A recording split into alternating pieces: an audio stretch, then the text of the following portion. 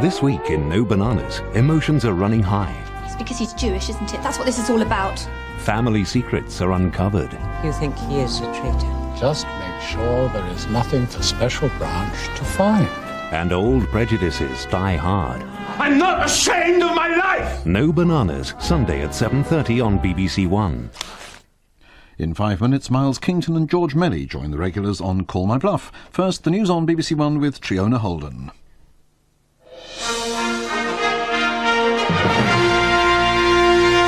Good afternoon. Within the last few minutes, Sarah Thornton has been cleared of murdering her husband Malcolm, but found guilty of his manslaughter. The jury at Oxford Crown Court heard how she stabbed him as he lay on the sofa at their home in Warwickshire in 1989. A second trial was ordered by the Court of Appeal after Thornton had spent 5 years in jail for murder. Our legal affairs correspondent, Jane Peel, is joining us on the line now. First of all, Jane, can you describe the scene in the court?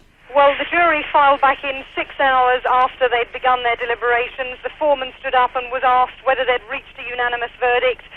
They said yes, not guilty to murder, guilty of manslaughter. Sarah Thornton looked straight at her teenage daughter and her sister, who supported her throughout, and mouthed, "I love you."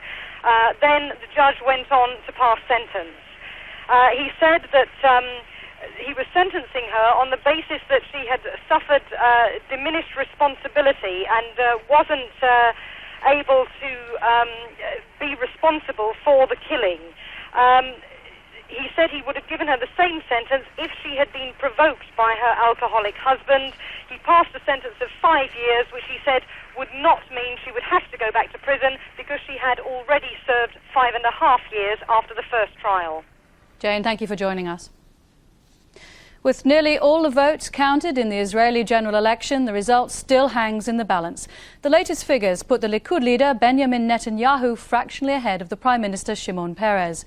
But it's so close, no one will know definitely who's won until tomorrow at the earliest, and possibly not until Sunday. As the paraphernalia of the elections was being cleared this morning, there's still uncertainty about which of the two candidates will be Israel's next Prime Minister. Last night, initial predictions of victory for Mr. Peres were reversed. But with the margin so slight, everything will depend on the 100,000 absentee votes. Israeli voters face an anxious wait. Well, I think we feel sorry about Mr. Peres' results, but let's hope for the best in the future. We feel that we're in a lot less danger with Bibi than we are with Peres. And I think a Palestinian state is very dangerous. Palestinian Arabs are concerned that the peace process will be threatened if Likud secures victory, but Likud denies that. In the separate ballot for the Knesset, Labour and Likud both lost ground to smaller factions, but it's thought that whoever emerges as Prime Minister will be able to form a coalition government. The divorce of the Duke and Duchess of York has been finalised. The decree absolute has been processed at Somerset House, bringing an end to their 10-year marriage. The couple, who are still good friends, were granted a decree nisi just over 6 weeks ago. The Duchess has said she'll remain in Britain and continue her charity work. That's it. The next news is the 1 o'clock news.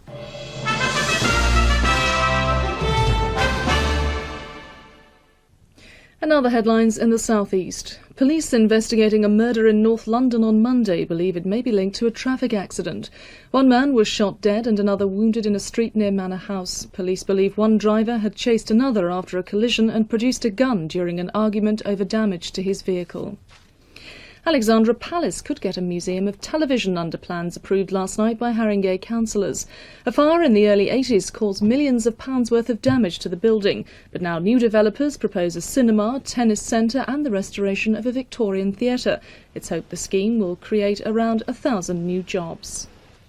Fire broke out last night in the controversial New British Library. It happened on part of the first floor, although damage is not thought to be extensive. It's the latest setback to the project, which had taken 14 years to build and cost £500 million. That's twice the original estimate.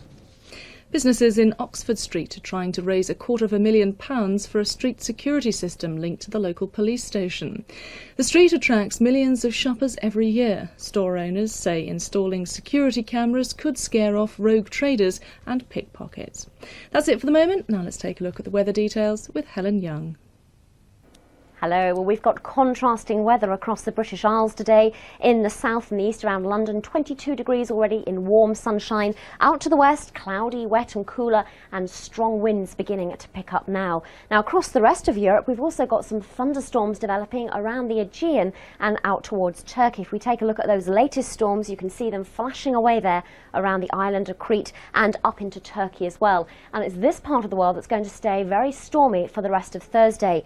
You can see those temperatures around 23 degrees further to the north into the mid to high 20s, and that, believe it or not, is about the same as we're seeing in southern Britain this afternoon, 25 degrees, but it is set to get cooler here. I'll show you why. Weather fronts are going to be working their way in from the west as we go through the end of this week, bringing that much cooler and fresher feel to the weather in the north and the west of Europe. High pressure, though, building through these central areas will turn things a lot drier and sunnier there.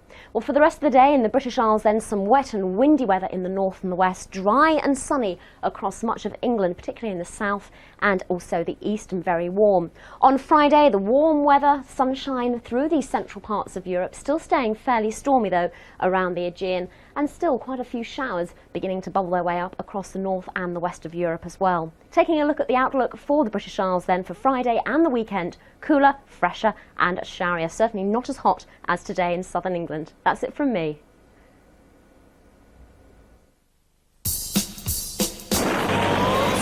BBC One brings you a bunker full of fun every Saturday night. I remember to school I had the same dress on as the teacher.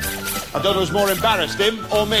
Get into full swing with Jimmy Tarbuck and a whole range of golfing gags and gaps. I know, Street. You have got yourself in a mess here, dear. I'll have a go. So stay out of the rough and tee off with Tarby and Friends, Saturday at 5:55 BBC One. Smashing. And the new Radio Times includes features on forthcoming BBC programmes, together with complete listings for all television and major satellite channels. In half an hour, BBC One's Going for Gold. Before that, Bob Holness chairs another round of verbal trickery.